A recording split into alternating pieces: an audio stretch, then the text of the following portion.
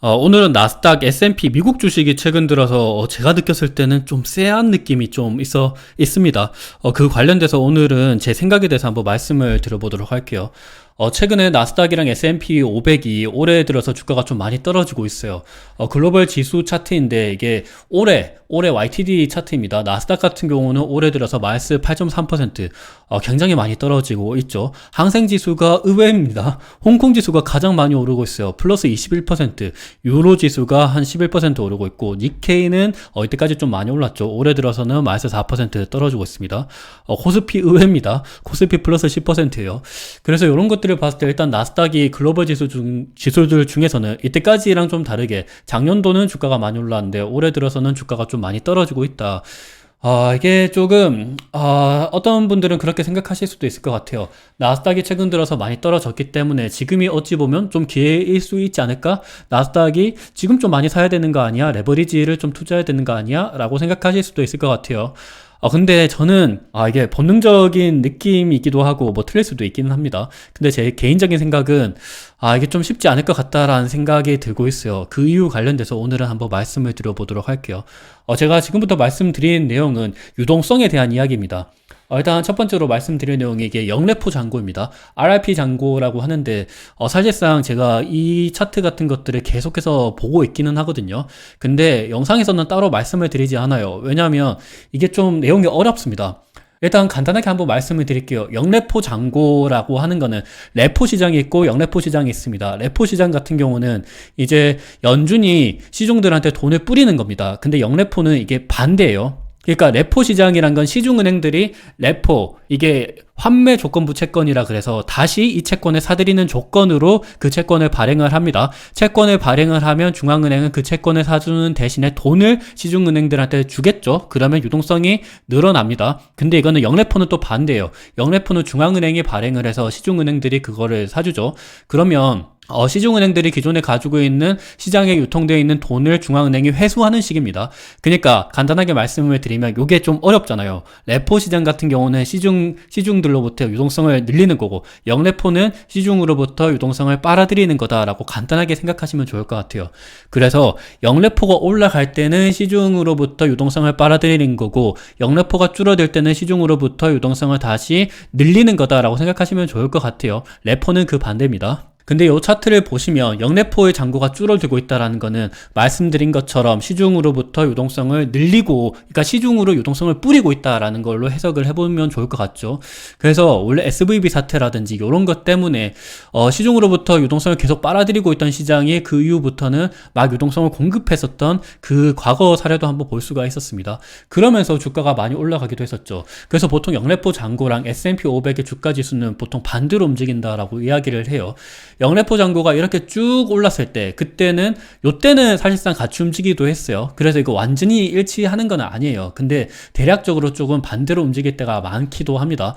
이때 보시면 영래포 잔고가 늘어날 때 S&P 500이 조절을 받았습니다. 요때 늘어났었던 게 그때는 파월 의장이 인플레이션은 일시적이다 라는 이야기를 하고 난 다음부터 이거 아니다, 시중으로부터 유동성을 다시 회수해야 된다 그러고 금리를 막 올리기 시작했었던 영래포 금리도 올렸었죠. 그러면서 영래포 잔고가 증가하기도 했습니다. 그러다 보니까 S&P 500이 굉장히 조정을 많이 받았는데, 근데 안 되겠다, SVB 사태가 터지네, 부동산 PF가 터지네, 그러면서 금리 자체는 떨어뜨리지는 않았지만 영래포의 금리는 떨어뜨렸죠. 그러면서 영래포 잔고는 줄어들었습니다. 시중으로 유동성을 공급했었죠. 그래서 S&P 500 같은 경우는 이렇게 주가는 막 올라가는 모습이 보였습니다. 이게 지금까지도 이어지고 있었어요. 근데 이 영래포 잔고라는 게 어디까지나 무작정 막 계속해서 이어질 수가 없거든요.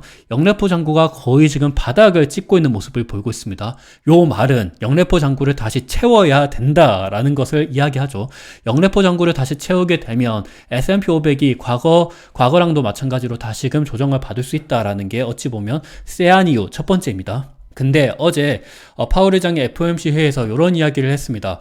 세부적인 내용은 페더럴 리저브 유튜브에 들어가 보시면 한번 영어로 돼 있긴 한데 요즘에 자막 잘 돼 있잖아요. 그거 한번 참고 삼아 보시면 좋을 것 같고, 요 이야기를 했었어요. 보면 Fed slows QT, 그러니까 QT를 양적 긴축을 줄이겠다라는 얘기를 하고 있죠. 말 그대로 QT 테이퍼링입니다. QT 테이퍼링을 한다라는 것 자체가 시장에 유동성을 공급한다라는 건데 왜 그랬을까요? 왜? 지금 영래포 잔고가 많이 줄어들고 있습니다. 이미 시중으로부터 유동성을 막 공급을 하고 있는데 이게 거의 바닥에 다다랐기 때문에 어떤 금융적으로 충격이 발생할 수도 있다라고 생각을 하는 거거든요.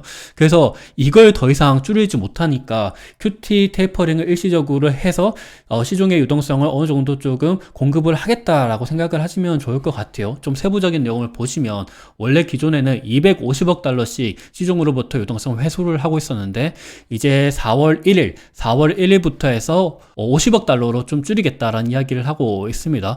요것만 하더라도 어느 정도 좀 유동성이 공급이 돼서 일시적으로는 좀 좋을 수가 있어요. 그래서 최근 들어서 나스닥이 어느 정도 좀 반등을 하고 있다라고 저는 개인적으로 생각을 하거든요.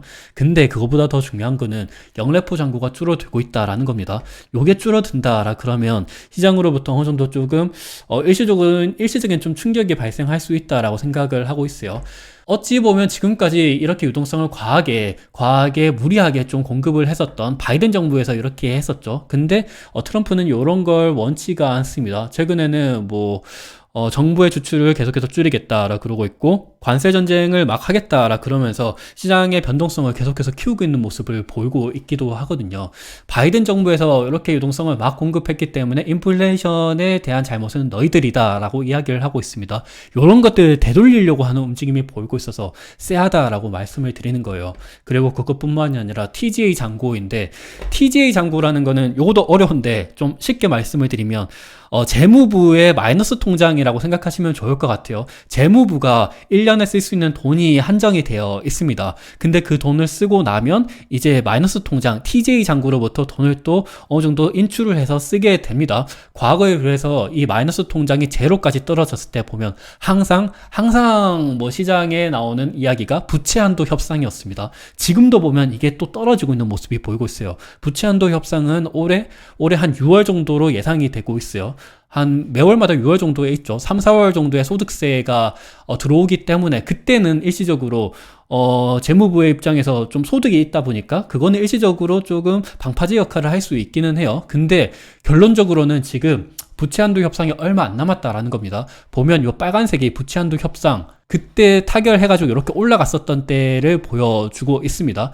이게 그러니까 debt ceiling이라 그러죠. 부채의 천장이라고 합니다. 그러니까 부채가 어느 정도 무조건 재무부 입장에서 돈을 무한정 국채를 발행해서 부채를 늘릴 수가 없습니다. 왜냐하면 재무 건전성 때문이죠. 그래서 과거에도 보면 부채에 대한 천장이 이렇게 다다랐을 때 항상 셧다운이 일어난다거나 부채 한도 협상에 대해서 굉장히 시장에 충격이 컸었던 모습이 보이고 있어요. 지금도 보면 토탈 뎁스 같은 경우는 이미 이렇게 천장에 닿았습니다. 근데 나머지 TGA라는 게 지금 TGA 여기 있죠? TGA라는 게 아직 남았기 때문에 어느 정도 버티고 있다라고 생각하시면 좋을 것 같아요. 근데 이것도 결국에는 TGA도 채워야 된다. TGA도 채운다는 거는 이제 다시 국채를 막 발행을 하겠죠. 그러면 이 잔고를 다시금 이렇게 과거처럼 채워야 된다라는 것을 이야기합니다. 그럴 때마다 항상 어느 정도 국채 발행을 많이 하게 되면 공급이 늘어나고 국채 가격은 떨어지고 국채 금리는 올라갈 수가 있습니다. 그리고 TGA 잔고가 줄어들면 당연히 유동성을 공급을 한다라는 거기 때문에 시장은 어느 정도 조금 버틸 수는 있어요. 근데 TGA 잔고를 다시 늘린다라는 거는 시장의 유동성을 다시 회수를 한다라는 것을 이야기하거든요. 그래서 그런 것들을 봤을 때는 조금 요것도 좀 쎄하다라고 말씀을 드릴 수가 있을 것 같아요.